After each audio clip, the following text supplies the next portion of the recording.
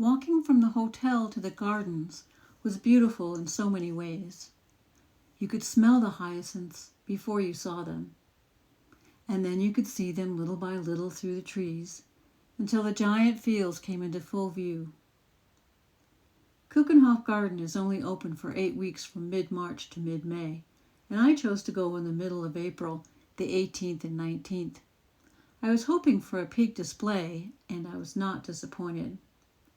I had landed at Schiphol Airport and took the number 61 bus to the Hotel Die Nachtigall in Lisse, home of the most beautiful tulip garden in the world. Along the way, the absolutely charming Bielen Pick-Your-Own-Flower Garden offered a glimpse into the bulb-growing past and an opportunity to buy fresh and lovely flowers along the walkway. Mr. Bielen looked very comfortable in his wooden shoes as he offered pots of bulbs for the house or to put on your outside balcony. When he wasn't available, his stand was self-serve with a money box for your payment. The average temperature year-round in Lisse is 51 degrees. August is the hottest month of the year and averages 64 degrees. It gets 37 inches of rain annually, most of it falling in November, arriving perfectly for the millions of bulbs planted in October. The bulbs rarely endure frozen temperatures with a low of 36 in February. Lisse was the playground of the wealthy in the 17th and 18th century. This changed after the wars, when many estates and trees were replaced with bulb fields. The Keukenhof survived as the only estate and garden to showcase the growing flower businesses. 4.5 million of the 7 million bulbs planted at the Keukenhof are tulips. The garden is a gift to the world every year and is a remarkable work of dedication, love, and devotion to pure beauty. The 17-acre garden is a stroll garden of English landscape design, featuring rivers of blooming tulips, hyacinths, and narcissus grown between beautiful old trees and quiet, still waterways. The grass is a lovely, short, limey carpet. It sets off the eye-popping, saturated colors of the tulips in a soft spring green relief. The crowds of people made it difficult for me to think, and for me it was a carnival experience until the crowds melted away. It then became extraordinary.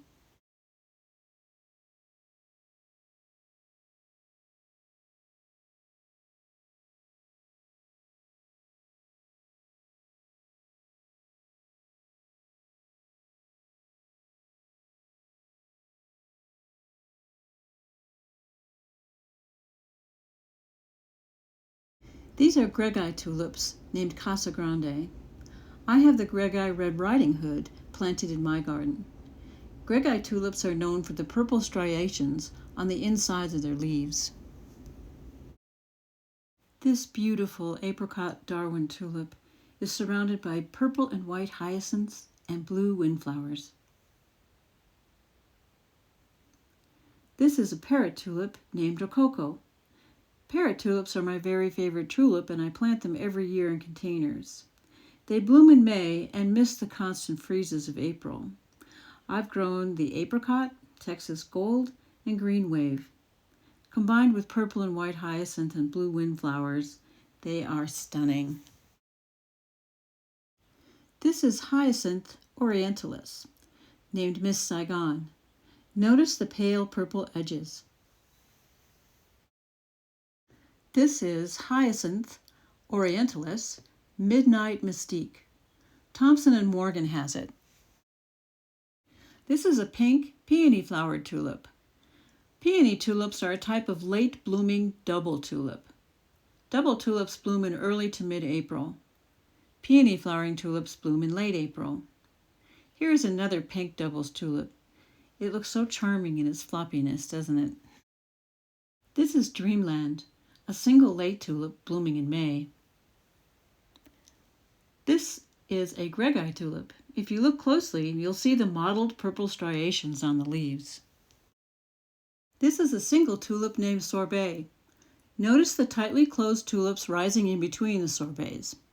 One of the strategies used in the gardens to make the displays last longer is to plant the tulips in layers. The deeper layers bloom last. Every year I tell myself I'll remember to do this. This looks like a hybrid Darwin tulip named Golden Parade. It reminds me of my favorite tulip of all time named Akebono. Akebono tulips have the same red outline of the yellow petals, but it has more petals and is fragrant. The sign says Tulip Angel's Wish. This was grown inside where the newer varieties were being displayed. It looks like they are heading towards developing a miniature tulip. This one's called Golden Girl. This is a lily flowering tulip called Firewings. I have never seen them at this stage. Usually they're stiff and formal looking.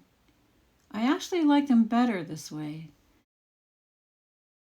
These are King Alfred daffodils at their best. Daffodils are poisonous, so rabbits, voles, mice, and deer don't eat them. 25 years ago, I planted hundreds of bulbs from Park Seed, and they still come up every year. Well worth the time we spent so many years ago planting them. These are called cyclamen narcissus. They have petals that curve backward. I have the ones named Tay in my garden. They are the first daffodil to come up every year.